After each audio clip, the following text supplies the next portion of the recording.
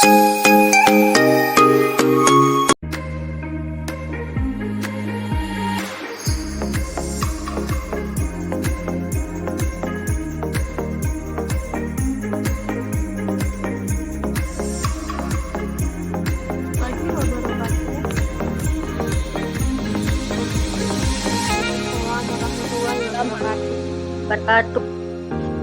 Selamat pagi dan salam sejahtera untuk kita semua. Sebelumnya, perkenalkan nama saya adalah Putri Arifina dengan NIM 2023031011. Saya yang akan memandu jalannya seminar pada pagi hari ini. Untuk temanya sendiri yaitu pengembangan komunikasi terapeutik pada anak, yaitu tunanetra dan tunarungu. Baiklah, saya akan membacakan susunan acara pada pagi hari ini. Pertama, yaitu pembukaan. Yang kedua, yang ketiga, isi pemateri, pemaparan dari materi Nas Citra. Yang keempat adalah penutup. Baiklah, kita buka seminar pada pagi hari ini dengan bacaan Bismillahirrahmanirrahim. Terima kasih. Baiklah, untuk selanjutnya saya serahkan kepada moderator Amel untuk menyampaikan CV dari Nas. Untuk waktu dan tempat, silakan.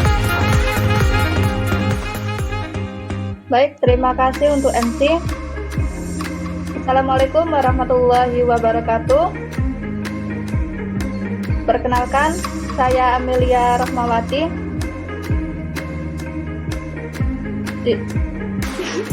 Dengan NIM 20-230-310-1097. Adapun topik yang akan dibahas pada hari ini yaitu tentang komunikasi pada anak tunanetra. Di sini saya yang akan memandu jalannya diskusi. Adapun serangkaian acara yang pertama yaitu pembukaan, dan yang kedua penyampaian materi oleh Nurse Citra,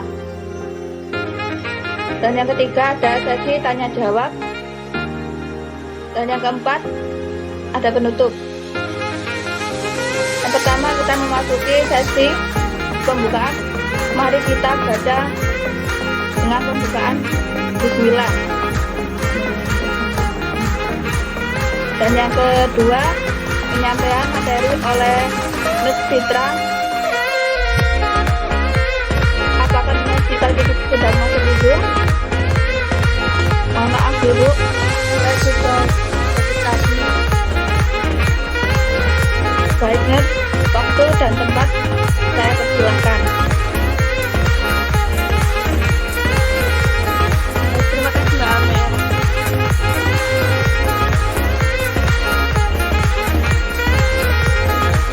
Assalamualaikum warahmatullahi wabarakatuh. Waalaikumsalam warahmatullahi wabarakatuh. Selamat pagi semuanya. Selamat pagi. Pada sehat semua ya. Alhamdulillah sehat.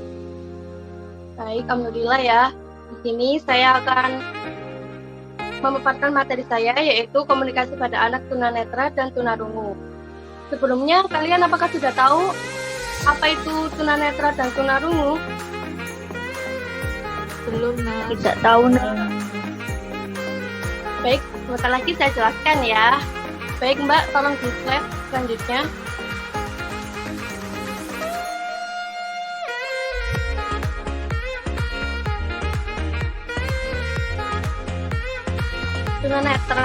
Tunanetra merupakan anak yang mengalami gangguan daya penglihatan berupa kebutaan menyeluruh atau sebagian, dan walaupun telah diberikan pertolongan dengan alat-alat khusus, mereka masih tetap memerlukan pelayanan pendidikan khusus. Jadi tunanetra itu anak yang mengalami gangguan pada penglihatan, pada matanya itu mengalami gangguan, seperti susah untuk melihat lebih jelas. Selanjutnya ada tunarungu, atau yang disebut juga orang-orang tuli. Adalah seseorang yang kehilangan kemampuan mendengar, sehingga menghambat proses informasi mendengar, sehingga menghambat proses informasi bahasa melalui pendengaran, baik memakai ataupun tidak memakai alat bantu dengar. Jadi tunarungu ini anak yang susah untuk mendengar, atau bahasanya yaitu tuli. Baik, selanjutnya Mbak. Beberapa dari mereka terlahir dengan memiliki keterbatasan atau ketidakmampuan, baik fisik maupun psikis. Para awam atau para masyarakat yang kurang tahu sering menyebut mereka sebagai anak penyandang cacat. Istilah lain dari anak penyandang cacat adalah anak berkebutuhan khusus. Anak berkebutuhan khusus merupakan anak yang membutuhkan pendidikan dan pelayanan khusus untuk mengembangkan segenap potensi yang mereka miliki. Anak berkebutuhan khusus ini mungkin saja mengalami gangguan atau ketunaan,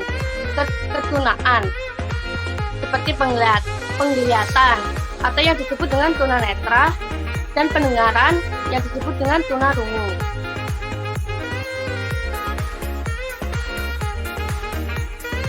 Komunikasi anak tunanetra dan tunarungu. Komunikasi digunakan setiap pelajaran dan di setiap kegiatan anak. Komunikasi tidak dapat berdiri sendiri. Komunikasi nonverbal merupakan kunci utama anak tunanetra dan tunarungu untuk belajar dan mengenal lingkungannya. Komunikasi awal anak komunikasi anak awal ketika pertama masih menggunakan bahasa ibu, yaitu bahasa keseharian yang biasanya dipakai di rumah. Kayak seperti bahasanya ibu makan atau minum, kayak gitu ya bahasanya ya.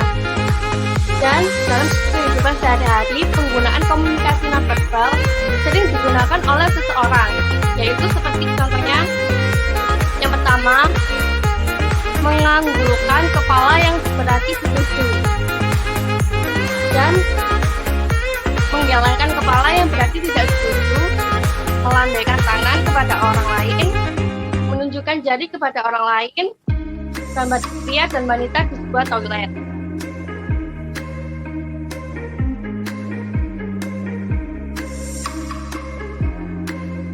Bagaimana merencanakan suatu program bagi anak dan mendorong komunikasi? Yaitu, pilih kegiatan yang disenangi anak dan sekitarnya, yang berarti baginya. Pikirkanlah cara yang tepat untuk berkomunikasi pada anak. Pikirkan cara yang tepat untuk mengomunikasikan jadwal harian kepada anak.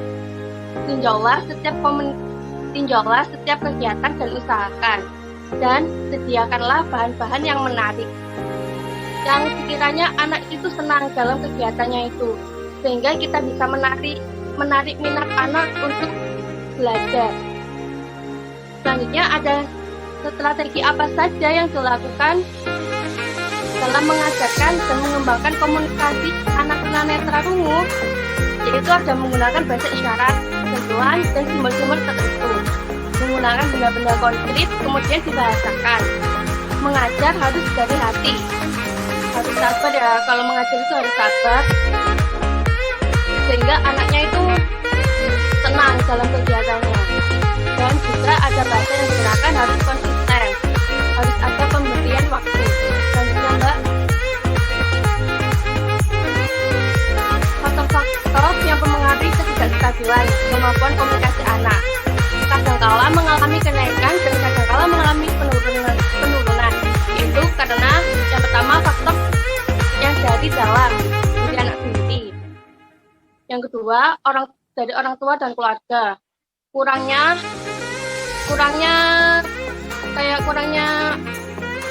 orang tua itu ke anak, kurangnya perhatian orang tua ke anak, dan kurangnya support dari keluarga.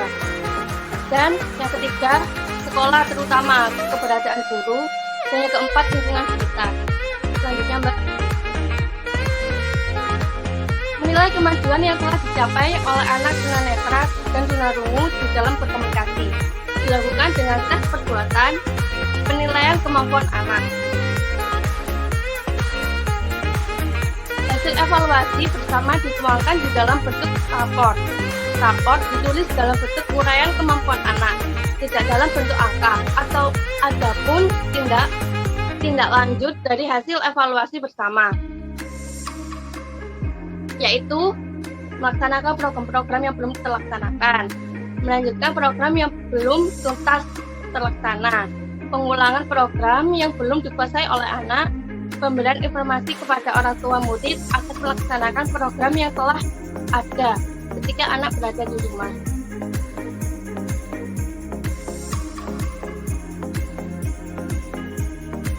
Baik, sudah selesai ternyata ya materi saya ya. Apakah ada yang ingin bertanya untuk moderator? Baik, terima kasih Nurse Citra. Sekarang memasuki sesi tanya jawab. Dipersilahkan bagi audiens yang ingin bertanya.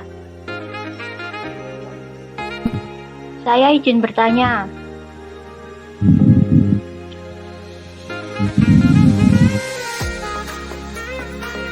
Baik, untuk Ibu Mailana, dipersilakan. Perkenalkan, nama saya Mailana Dinunata, NIM 220230310101. Izin bertanya, Nurse.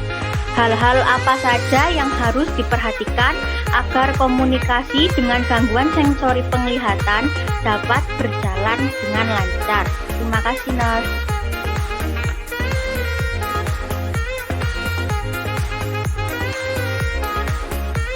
Oke, Pak Sinus, apakah Baik, saya langsung jawab ya. Oke.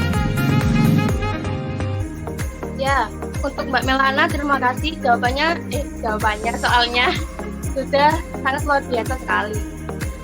Hal-hal apa saja yang harus diperhatikan agar komunikasi dengan gangguan sensori penglihatan dapat berjalan dengan lancar? Ya, ada 6. Yang pertama yaitu dalam berkomunikasi pertimbangkan isi dan nada suara. Yang kedua, periksa lingkungan fisik. Yang ketiga, perlu adanya ide yang jelas sebelum berkomunikasi. Yang keempat, komunikasikan pesan secara singkat. Yang kelima, komunikasikan hal-hal yang berharga saja. Dan yang terakhir, dalam merencanakan komunikasi, berkonsultasilah dahulu dengan pihak lain agar memperoleh dukungan. Apakah sudah jelas, Mbak Melana? Nurse, terima kasih. Baik, selanjutnya apakah ada yang ingin bertanya ya Mbak ya?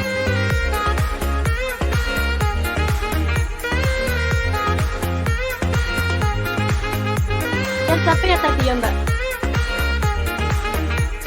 Baik, untuk selanjutnya Ibu Sofia.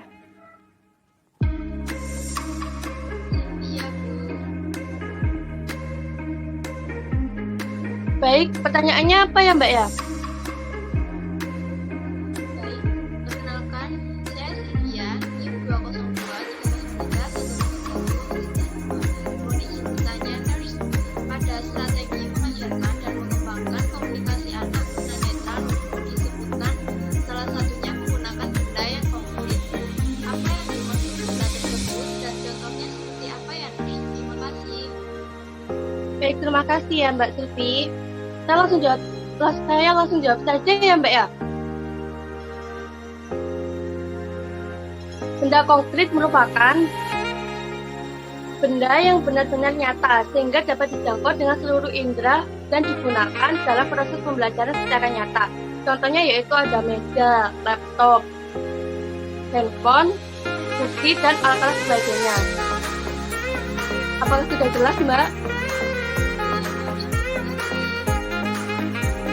Baik, selanjutnya apakah ada yang ingin ditanyakan lagi? Saya izin bertanya.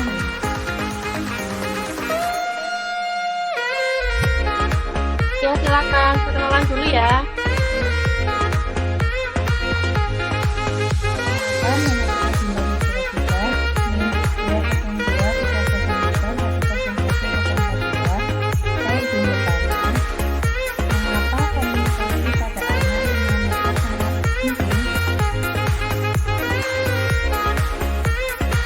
Baik, langsung saya jawab ya Mbak ya.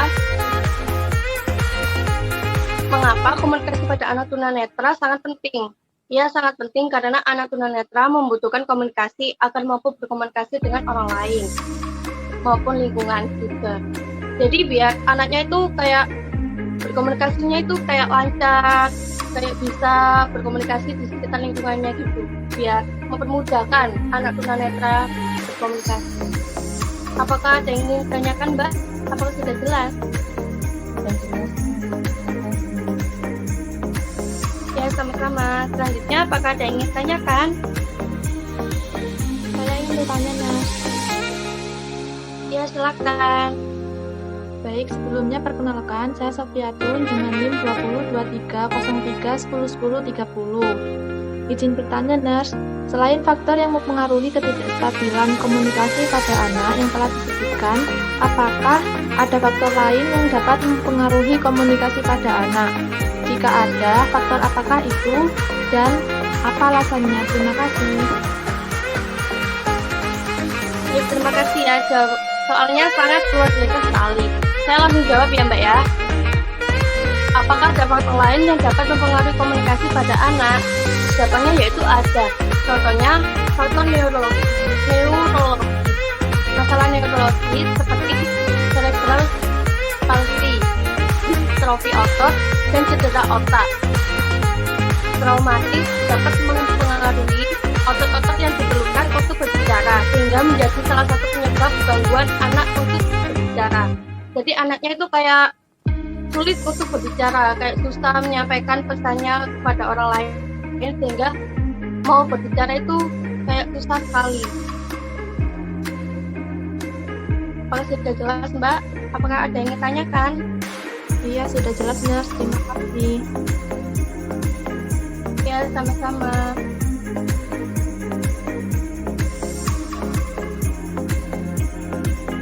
Baik, terima kasih untuk Nurse Citra.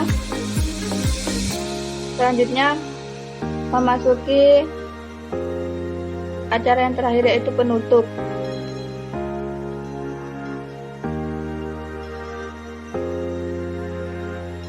Mari kita tutup acara ini dengan bacaan. Terima kasih untuk Nurse Citra atas waktu. Ya, Mbak, sama-sama. Semuanya dijaga ya kesehatannya ya. Sekarang kan di masa pandemi, jadi harus kalau keluar-keluar pakai masker dan sering-sering cuci tangan. Jangan lupa jaga jaraknya ya. Baik, Nurse. Iya, Nurse.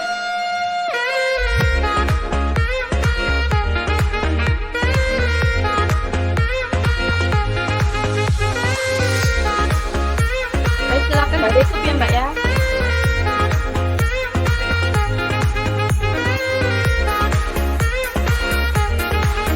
Baik, terima kasih semuanya. Bagaimana pengatur semangat?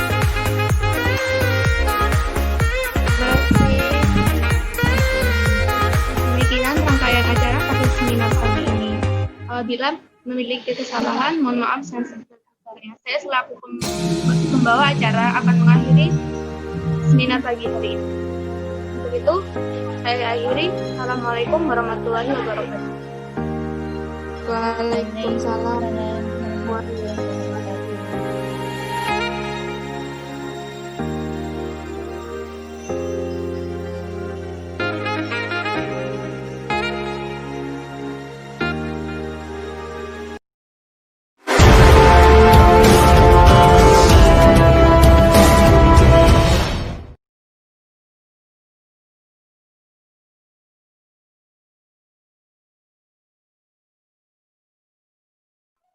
Assalamualaikum warahmatullahi wabarakatuh.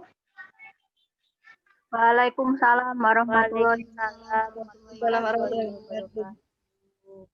Kami dari kelompok 2 akan mempresentasikan tentang roleplay bagaimana komunikasi yang baik kepada keluarga. Baiklah, perkenalkan nama saya Dara Dukuti Arifina beserta teman-teman saya. Di sini saya berperan sebagai perawat. Selanjutnya, perkenalan dari anggota yang lain. Saya persilakan untuk Citra. Baik, terima kasih Mbak Della. Perkenalkan, nama saya Citra Dewi Triana dengan NIM 20230310108 sebagai ketua perawat. Selanjutnya untuk pasien Sofiatun.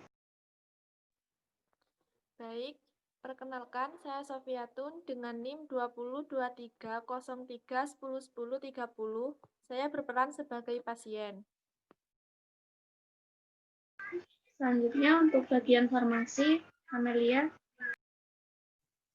Perkenalkan, nama saya Amelia Rohmawati dengan NIM 20, 230, 310, 10, 1097. Di sini saya sebagai bagian farmasi. Untuk selanjutnya yang merekam atau merekod Zoom ini yaitu Sylvia. Dipersilakan.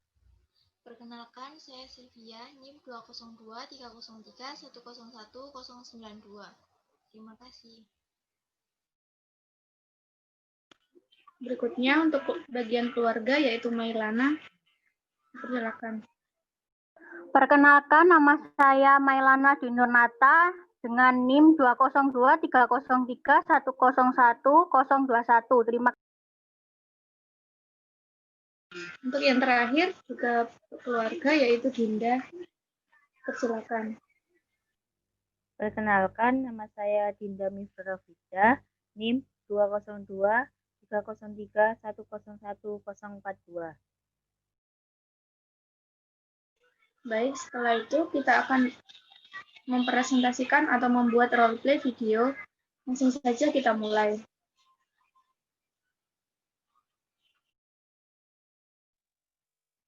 Tahap preinteraksi antara ketua perawat dengan perawat yang satu. Assalamualaikum, Mbak Dela. Waalaikumsalam, Mas. Ada pasien baru, Mbak, di kamar 10 dengan namanya Nyonya Sofiatun, umur 30 tahun, keadaan umumnya mempunyai penyakit lemah, ditemukan tanda-tanda nafas cepat, muka pucat, dan keadaan menurun. Nanti tolong diberi tindakan ya, Mbak ya, sesuai SOP. Dan juga disiapkan alat-alatnya yang akan digunakan. Nurse, siap. Saya persiapkan dulu, Nurse. Oke, terima kasih Mbak Dela. Assalamualaikum. Nurse, sama-sama. Waalaikumsalam.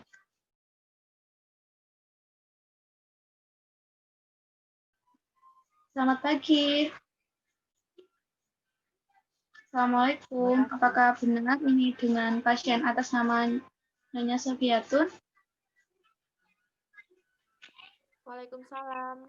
Iya, benar, Sus. Baik. Baik, untuk perkenalan keluarganya terlebih dahulu. Mohon maaf, nggih, Bu. Ibu siapanya Nyonya Sofiatun, nggih? Saya anaknya, Mbak. Untuk ibu yang satunya juga anaknya, nggih, Bu? Iya. Baik. Begini, Bu. Saya jelaskan terlebih dahulu. Perkenalkan, nama saya adalah Dukuti Arifina. Saya perawat yang bertugas untuk menangani Nyonya Sofiatun pada shift pagi ini. Untuk itu, apakah Ibu bersedia jika saya bersedia membuat kontrak perawatan dengan saya? Seperti itu. Iya, Mbak, bersedia. Silahkan. Ya, silahkan. Bu. Baik, Bu, saya akan persiapkan alat-alatnya terlebih dahulu, nggih. Kalau ada apa-apa, Ibu menghubungi saya ke ruang perawat. Mari, Bu. Iya, Mbak. Ya.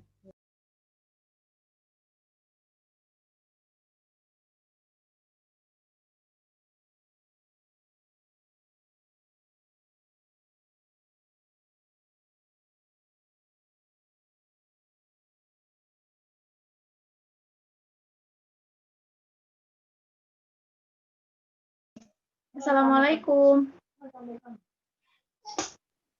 Waalaikumsalam. Waalaikumsalam.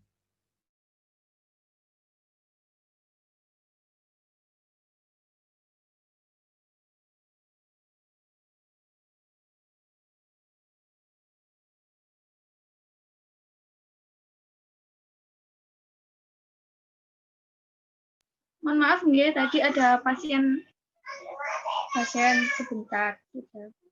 Baiklah, begini Bu, saya sudah seperti yang sudah disepakati tadi, kita akan melakukan kontrak perawatan kepada Nyonya Sofiatun. Apa dari tadi ada keluhan atau bagaimana nggih, Nyonya Sofiatun? Perutnya sakit, Mbak. Untuk tidurnya nyenyak, makannya seperti apa, Bu? Apa perutnya masih sakit banget atau bagaimana? Apa dia BAB-nya lancar seperti itu? Tolong dijelaskan, nggih. BAB-nya tidak lancar, Mbak. Tidurnya pun juga tidak nyenyak. Baik, Bu, di sini saya akan memberikan obatnya terlebih dahulu, nggih. Siapa tahu obat ini dapat menyembuhkan Nyonya Sofiatun. Saya akan memberikan Sanmak dan juga obat Oralip untuk Ibu Sofiatun. Apa diperkenankan ya, Bu? Iya, Mbak. Ya, silahkan. Oke, sebelumnya saya cek tensi dan tekanan darahnya Ibu Sofiatun dulu, nggih. Nggih. Selamat siang, Nyonya Sofiatun. Bagaimana sekarang? Apa sudah enakan? Selamat siang, Sus.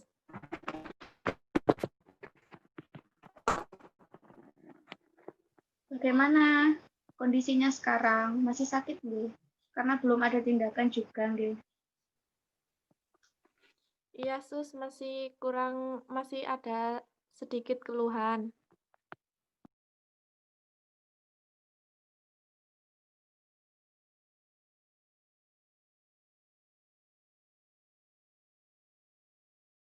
Baik, saya akan melakukan tindakan. Apakah Ibu Sofiatun berkehendak?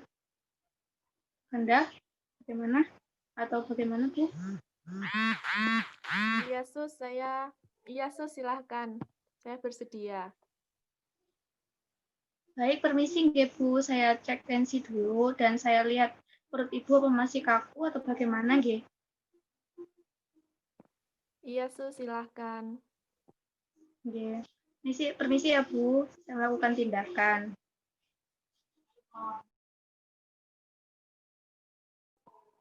Iya, Sus. Baik. Baik, Bu. Setelah dilihat dari tekanan darah Ibu normal. Namun, pada perut Ibu masih terdapat kaku. Kalau boleh tahu Ibu, penyebabnya sebelum sakit mah itu makan apa ya, Bu ya?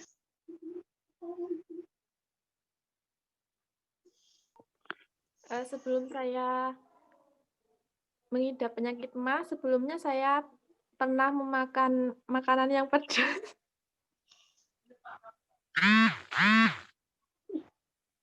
Sebelumnya saya pernah telat makan dan sering memakan makanan yang terlalu pedas, Sus. Sebelum dibawa ke sini, sudah ada tindakan lain. Bagaimana Ibu Dinda? Apa ada tindakan lain untuk Nyonya Sofiatun?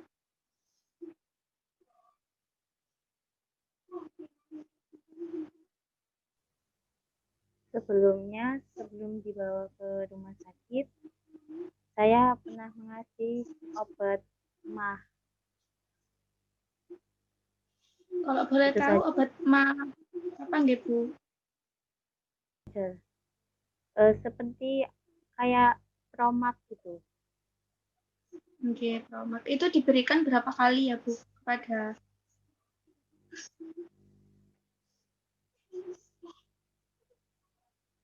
Biasanya 1 hari 3 kali.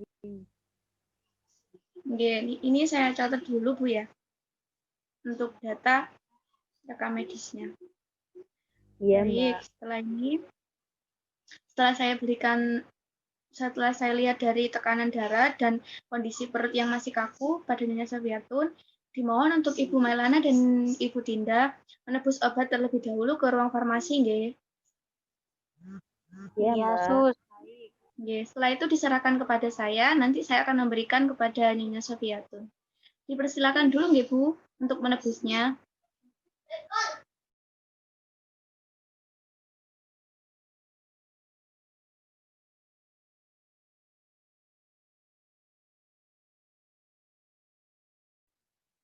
Halo, Assalamualaikum. Perawat Amel. Ya, Waalaikumsalam. Ini dari bagian perawat kelas 3, nggih. Oke, apa yang bisa saya bantu, Sus?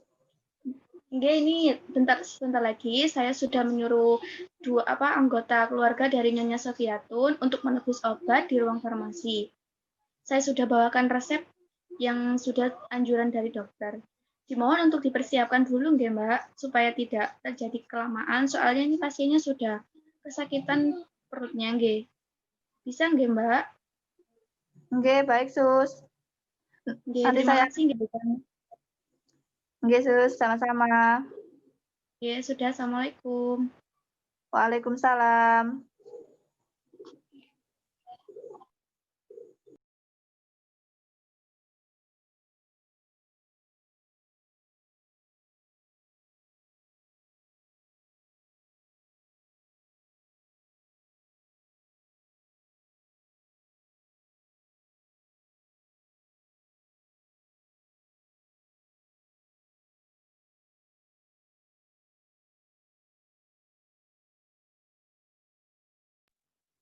Selamat siang, Bu.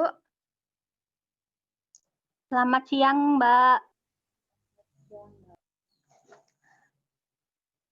Ini, Bu, kan tadi saya sudah dikasih resep ya, Bu. Ini untuk obatnya diminum 2 kali sehari sebelum makan, Bu, atau setelah makan 2 jam setelah makan itu, Bu. Iya, Mbak. Terima kasih. Ya, sama-sama.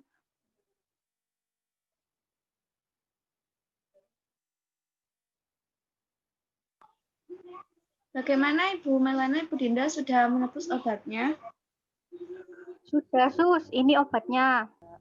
Oke, saya berikan dulu nggih kepada Ibu Sofi. Monggo Ibu Sofi bisa berkenan untuk didudukkan dulu nggih, Bu Dinda.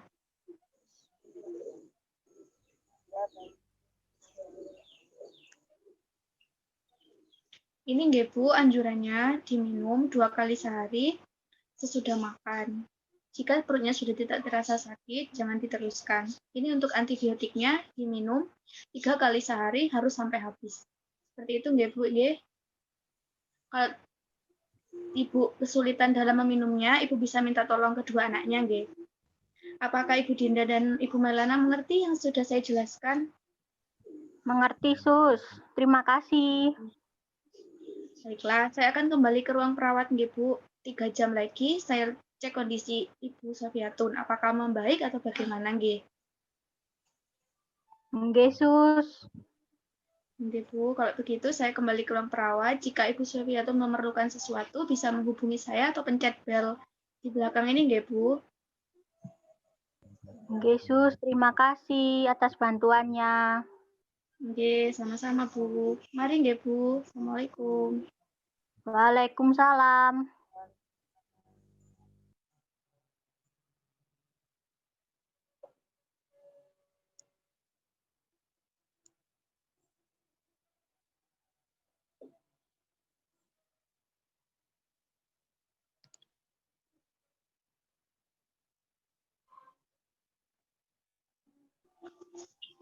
Assalamualaikum.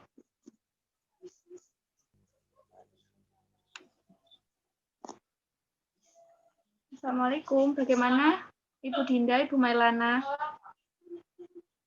Waalaikumsalam, Sus.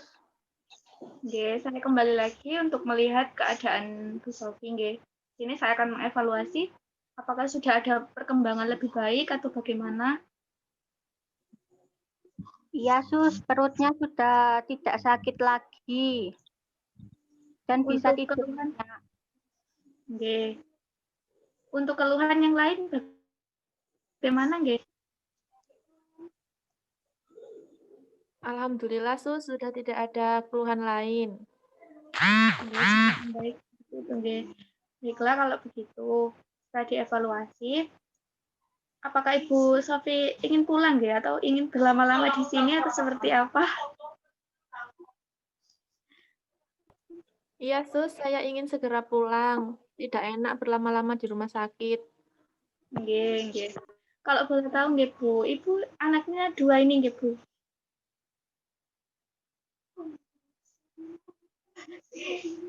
Iya, Sus, benar. Nggih, sudah punya cucu nggih, Bu?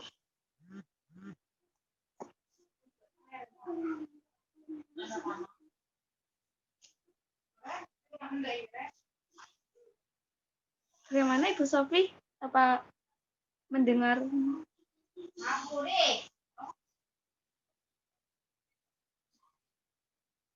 Bagaimana nggih Ibu Sofi? Iya, Sus, benar. Nggih. Nggih, baiklah. Begini nggih, Bu. Kan Ibu sudah membaik nggih. Nanti saya akan kolaborasikan atau saya koordinasikan dulu dengan dokter. Apakah Ibu diperbolehkan pulang atau tidak? 2 jam lagi saya akan kembali. Saya akan melakukan koordinasi dulu dengan dokter. Nggih, Bu nggih? Bagaimana? Iya, Sus, terima kasih. Nggih, baik Bu. Saya tinggal dulu nggih. Kalau butuh apa-apa, Ibu seperti biasa, Ibu hubungi saya di nomor telepon ini dan atau tidak pencet belnya nggih. Mari Bu Mailana, Bu Dinda, saya ke ruang perawat dulu nggih untuk menghubungi dokter. Iya, Sus. Terima kasih. Waalaikumsalam.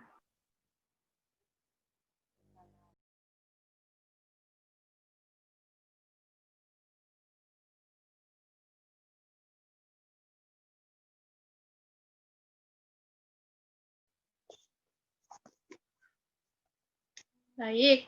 Assalamualaikum. Waalaikumsalam, Sus. Setelah saya melakukan koordinasi dengan dokter, dokter memperbolehkan Ibu untuk pulang dan Ibu sudah dinyatakan sembuh. Dengan seperti itu, apa ada yang ingin ditanyakan lagi atau masih ada yang perlu disampaikan? Ibu sampaikan terlebih dahulu, nggih.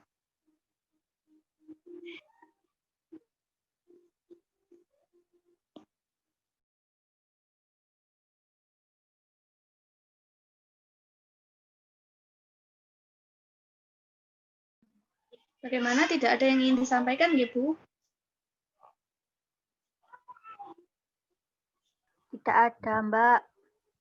Oke, kalau begitu, terima kasih banyak karena telah bersedia saya rawat selama beberapa hari ini. Mohon maaf Ibu jika selama ini perawatan yang saya lakukan tidak efektif. Ya, Sus, terima kasih atas bantuannya. Nggih, Bu, sama-sama. Semoga lekas sembuh dan tidak kembali lagi, nggih, Bu. Ya, Sus, terima kasih. Baik, Bu, saya kembali lagi dan Ibu persiapkan untuk pulang, nggih. Mari, nggih, Bu. Assalamualaikum. Waalaikumsalam. Basil.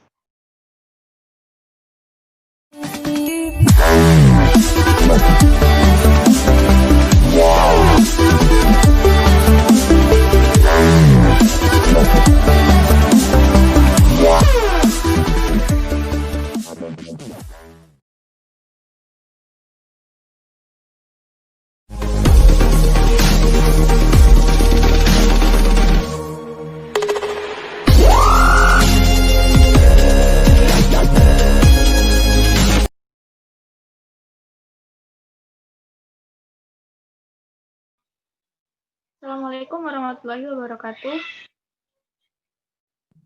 Waalaikumsalam. Waalaikumsalam warahmatullahi wabarakatuh. Oke, selamat pagi semuanya. Bagaimana kabarnya? Sehat semua, nggih? Alhamdulillah sehat. Alhamdulillah sehat.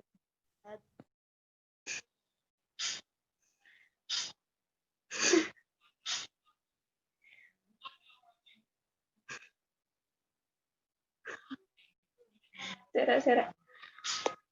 Baiklah, perkenalkan. Baik, sebelumnya perkenalkan nama saya adalah Debita Arifina. Kami dari Universitas Jember akan mengadakan penyuluhan di Desa Joko Turunan ini nggih, Bu Ibu. Bu. Ini benar dengan ibadah Joko Turunan? Benar. Ya, benar. Iya, benar, Mbak. Oke, baiklah. Baiklah, saya akan memberikan penjelasan tentang susunan acara yang akan dilakukan penyuluhan pada pagi ini. Yang pertama yaitu pembukaan, yang kedua penyampaian materi, lalu dilanjut dengan sesi tanya jawab, kemudian setelah itu kesimpulan, dan di akhir ada penutup. Baik, apakah Nurse Citra sudah bergabung di Zoom, G? Sudah, Mbak. G. Bagaimana Nurse Citra kabarnya? Baik, sehat nggak, Nurse? Alhamdulillah sehat, Mbak. Oke. Baik, untuk mempersingkat waktu, saya persilakan Nurse Citra untuk menyampaikan materinya. Baik, terima kasih Mbak Dela. Iya, Nurse, sama-sama. Assalamualaikum warahmatullahi wabarakatuh. Waalaikumsalam warahmatullahi wabarakatuh. Selamat sore semuanya. Sore, Nurse. Bagaimana keadaan sekarang Mbak-mbak semua? Alhamdulillah sehat, Nurse. Alhamdulillah sehat. Alhamdulillah sehat ya. Baik, saya di sini akan memaparkan materi saya, yaitu tentang PHBS. Apakah ada yang tahu PHBS itu apa? Belum, Belum, Nurse. Nurse, belum tahu. Belum tahu, Nurse. Belum ada yang tahu ya PHBS ya. Baik, saya jelaskan ya, biar mempersingkat waktunya. Bismillahirrahmanirrahim. PHBS, perilaku hidup bersih dan sehat, adalah upaya untuk memberdayakan masyarakat lingkungan agar tetap bersih dan sehat, dan mampu memperhatikan PHBS dan berperan aktif dalam mewujudkan lingkungan sehat. Apakah ada yang tahu faktor penyebab menurunnya kebersihan? Kalau tahu, bisa mic-nya dinyalakan ya.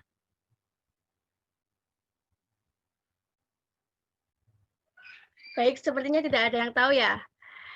Faktor penyebab menurunnya kebersihan yaitu ada 3. Yang pertama, pencemaran lingkungan. Contohnya yaitu seperti paparan asap yang penyemaran lingkungan dari berbagai proses kegiatan pembangunan makin meningkat, seperti makin meluasnya gangguan akibat limbah dari rumah atau dari pabrik, itu menyebabkan perilaku hidup tidak sehat sehingga menurunnya kebersihan pada lingkungan. Setelah itu yang kedua, ada menurunnya kebersihan perorangan, seperti baik dan benar. Ada yang sehari tidak gosok gigi? Tidak ada ya, pastinya gosok gigi semuanya. Yakin kok masyarakat Joko Turunan bersih-bersih semua ya. Dan yang ketiga, perilaku beresiko seperti merokok, perkelahian antar pelajar. Sudah tahu semua ya, kalau di dalam rokok itu ada bahan-bahan yang tidak bagus untuk kesehatan bagi kita semua. Jadi untuk yang merokok dikurangi agar tidak kecanduan lebih lanjut sehingga menjadikan kita penyakit. Kalau kita merokok kan asapnya tidak baik untuk kita dan juga untuk masyarakat yang ada. Setelah itu yang ketiga, dampak menurunnya kebersihan. Apakah ada yang tahu dampak menurunnya kebersihan itu apa? Tidak ada yang tahu ya.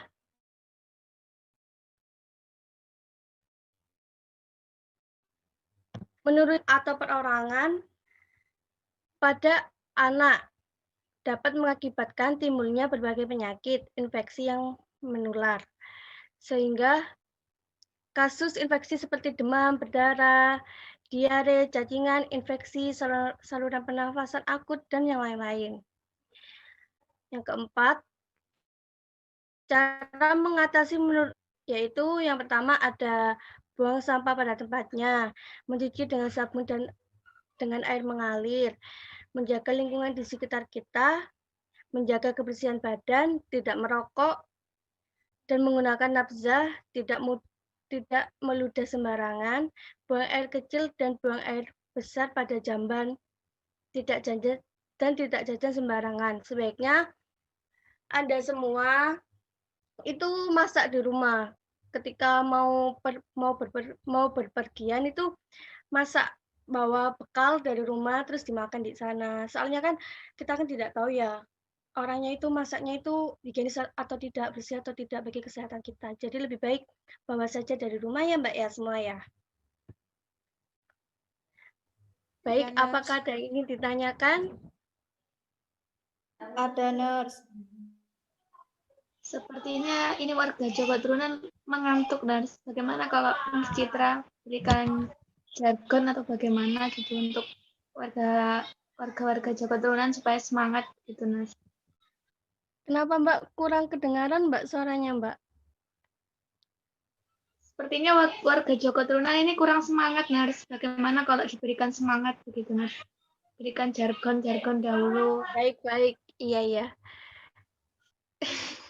Pada ngantuk semua tambah semuanya.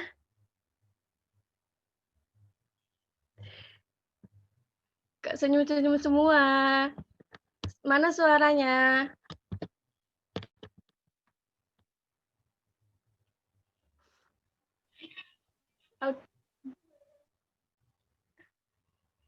Gimana ya jargonnya ya?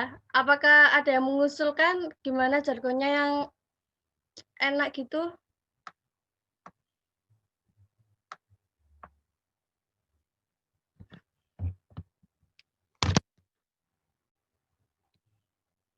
Sepertinya Mbak Dinda ini semangat sepertinya. Bagaimana Mbak Dinda? Iya ya, terang sekali ya mukanya ya. Cerah gitu. Enggak, Nurse. Bagaimana Mbak? Apakah ada ide? Nanti saya kasih hadiah. Kalau ada yang bisa menemukan jargon yang bagus, nanti saya kasih hadiah. Dikasih GM ya, Nurse. Iya. Tidak ada.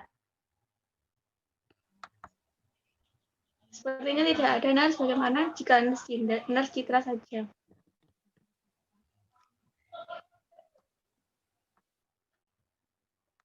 Jadi saya ini ya yang buat ya. Ya, Nurse, persilakan.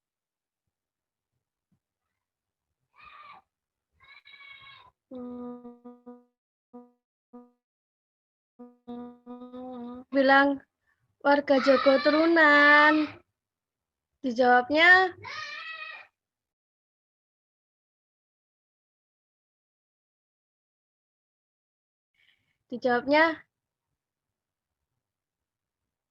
gimana ya? Jangan tegang semua, Rek. Dibuat enjoy aja. Jawabnya Ya, kalau maaf. saya bilang warga Jawa Turunan siap untuk sehat. Tangannya gini, siap untuk sehat. Ayo ya, dicoba ya. Yang semangat semuanya. Yang kompak ya. 1, 2, 3. Warga Jawa Turunan. Siap sehat. Lagi kurang kompak ya. Yang semangat di powernya ditambah lagi. Warga Jawa Turunan. Siap untuk sehat. Baik, cukup ya. Baik Mbak Della, coba ditanyakan pada masyarakat apakah ada yang ingin bertanya terkait materi saya yang tadi sudah saya jelaskan. Nurse, bagaimana audiens? Apakah ada yang ingin ditanyakan? Bisa menghidupkan mikrofon, G? Ada, Nurse. Saya Amelia. G, dipersilakan Mbak Amelia.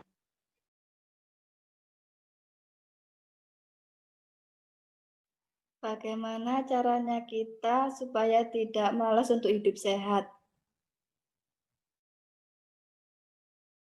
Bagaimana, Nurse? Ditampung dulu atau langsung dijawab, Nurse? Gimana soalnya kurang terdengar jelas di sini. Monggo diulangi.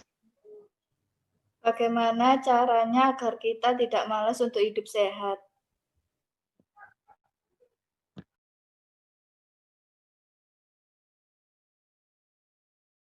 Baik, ditampung dulu ya Mbak ya. Selanjutnya yang mau bertanya siapa? Intinya selanjutnya cara menghidupkan mikrofon deh.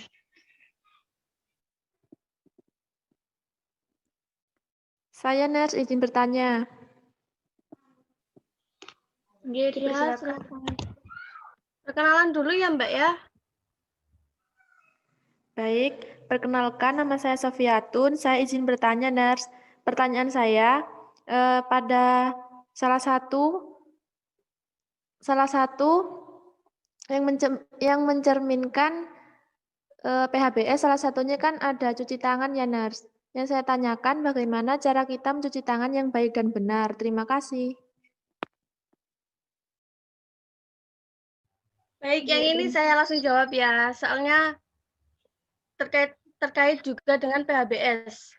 Dan apakah ada yang tahu cara mencuci tangan dengan benar langkah-langkahnya? Belum, Nas. Belum ya. Baik. Yang pertama itu kita ambil sabun. Kita mencuci tangan itu dengan menggunakan air mengalir ya, yang baik ya. Ambil sabun yang pertama, telapak dengan telapak, digosok telapak dengan telapak 3 kali, telapak dengan telapak dengan punggung tangan, sela-sela jari, mengunci ibu jari, setelah itu ujung-ujung kuku, lalu dibilas dengan menggunakan air mengalir. Dicoba sama-sama ya. Ayo saya hitung ya. 1, 2, 3. Yang pertama ambil sabun, digosok telapak dengan telapak dengan punggung tangan, sela-sela jari, mengunci jari, ujung-ujung kuku. Wah, pada pintar semua ya, pada langsung masuk ya. Saya sangat senang dengan warga Joko Turunan ini. Luar biasa, Geners. Mereka Geners. Iya Mbak, sangat luar biasa sekali. Selanjutnya pertanyaannya Mbak Amel saya jawab dulu ya.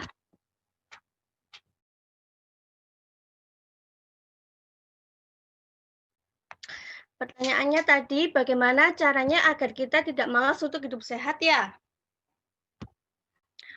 Oke, jadi yang pertama, dengan perbanyak konsumsi air putih. Yang kedua, dengan tidur dan beristirahat yang cukup. Karena ini adalah salah satu kunci dari kebiasaan hidup sehat. Yang ketiga, dengan meditas. Karena meditas itu sendiri untuk menenangkan pikiran dan jiwa, supaya menjauhkan kita dari stres. Dan yang keempat, dengan cara berolahraga. Lakukan olahraga sebagai bagian dari kesenangan. Dan yang terakhir, yang kelima, dengan makan yang banyak itu yang bagus, makan sayuran. Makan sayuran hijau itu sangat bagus sekali. Jadi perbanyak konsumsi sayuran dan buah-buahan juga. Yang disebut dengan 4 sehat, 5 sempurna. Pada tahu semua ya. Dan yang terakhir, kurangi makanan yang siap saji. Makanan siap saji itu seperti kayak makan Indomie, itu kan cepat saji kan ya, tidak baik untuk kita. Lebih baik kita masak sendiri, kayak masak sayur, masak yang sehat-sehat kayak daging gitu, ikan laut itu sangat baik untuk kita. Baik, silakan yang mau bertanya lagi, Mbak. Saya izin bertanya, Nurse. Monggo, Mbak Mailana. Perkenalkan, nama saya Melana. Saya izin bertanya, PHBS kan singkatan dari perilaku hidup bersih dan sehat. Saya mau tanya apa saja yang termasuk dalam tatanan.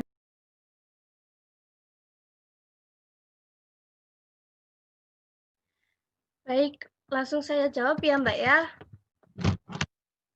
Mungkin harus dipersilakan. Tatanan PHBS ya. Tatanan PHBS ada 5 yang dapat menjadi simpul-simpul untuk memulai proses perilaku hidup bersih dan sehat. Yang pertama, PHBS di rumah tangga. Yang kedua, PHBS di sekolah. Yang ketiga, PHBS di tempat kerja. Yang keempat, PHBS di sarana kesehatan. Dan yang kelima, PHBS di tempat umum. Bagaimana Mbak? Apakah sudah jelas 5 tatanan tersebut? Iya, Nurse, sudah jelas. Terima kasih. Baik, sama-sama Mbak. Selanjutnya Mbak Dela, apakah ada yang ingin bertanya? Baik, untuk selanjutnya Pak ada yang ingin bertanya lagi ya? Mohon izin bertanya, Mbak. Oke, Mbak Sylvia dipersilakan. Perkenalkan, saya Sylvia. Saya mohon izin bertanya, Nurse. Tadi kan dijelaskan bahwa harus mengkonsumsi air bersih. Jadi apa saja yang menjadi syarat air bersih itu ya, Nurse? Terima kasih.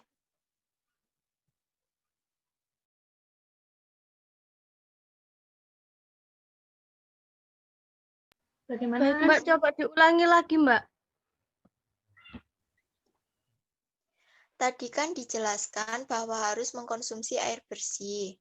Jadi apa saja yang menjadi syarat air bersih ya, Nurse? Terima kasih. Sama-sama. Yang lain Mbak, ditampung dulu ya. Oke, ini mungkin pertanyaan terakhir nih, Nurse. Soalnya waktunya sudah Oh iya. Baik, Tidak untuk terasa ya. Oke. Baik, untuk pertanyaan terakhir, Perkenalkan, nama saya Dinda Misrafida. Saya izin bertanya, bagaimana contoh tindakan yang mencerminkan PHBS? Terima kasih. Baik Mbak, tidak terdengar suaranya Mbak. Perkenalan dulu ya.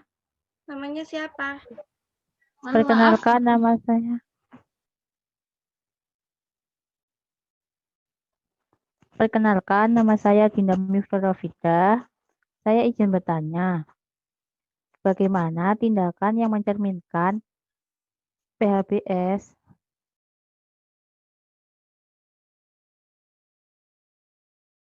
Tindakan yang mencerminkan PHBS ya? Iya.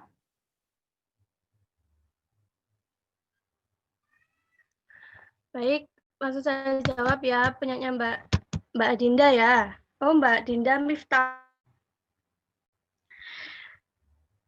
Tindakan yang mencerminkan PHBS seperti tadi yang saya jelaskan, seperti mencuci tangan, menyikat gigi dengan benar dan baik, dan setidaknya 1 kalilah sehari ya, menggunakan air bersih. Jadi kalau bisa mandinya itu di kamar mandi, jangan di sungai. Soalnya kan kalau di sungai kan kayak kalau di desa ya, kayak di atas tempatnya orang mencuci kerbau, memandikan kerbau. Dan kalian mau mandi di sungai, bekasnya kerbau, emang mau? Kan nggak mau kan ya. Lebih baik mandinya soalnya ya lebih bersih lah. Selanjutnya pertanyaannya Mbak Sylvia ya, saya langsung jawab ya. Apa saja yang menjadi syarat air bersih? Yaitu aman dan higienis, baik dan layak untuk kita konsumsi, tersedia dalam jumlah yang cukup banyak. Terima kasih. Baik, dapat disimpulkan bahwa perilaku hidup sehat adalah perilaku yang harus diterapkan dalam kehidupan sehari-hari untuk menciptakan kesehatan dan mencegah timbulnya penyakit. Seperti itu, nggak, Nurse? Iya, Mbak Dela, sangat benar sekali. Baik, terima kasih banyak, Nurse, atas waktunya. Sudah meluangkan waktu untuk memberikan penyuluhan untuk warga Joko Trunan. Iya, Mbak. Saya terima kasih juga ya. Gina, apa ada statement closing untuk warga Joko Trunan? Dipersilakan.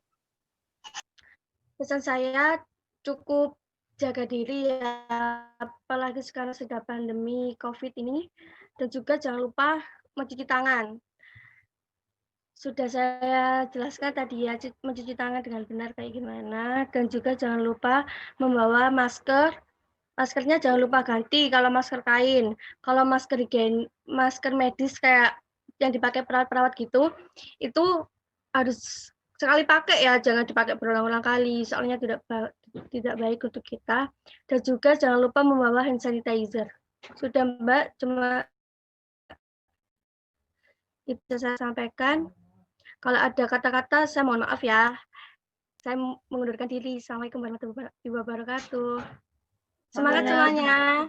Waalaikumsalam warahmatullahi wabarakatuh. Waalaikumsalam warahmatullahi wabarakatuh. Bagaimana warga Cepetrunan, apa masih semangat nggih? Masih. Mbak.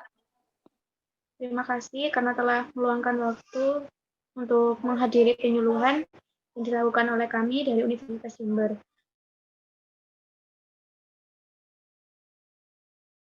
Mohon maaf jika apabila ada salah kata, mohon maaf nggih. Wabillahi taufiq wal hidayah. Wassalamualaikum warahmatullahi wabarakatuh. Waalaikumsalam Waalaikumsalam warahmatullahi wabarakatuh.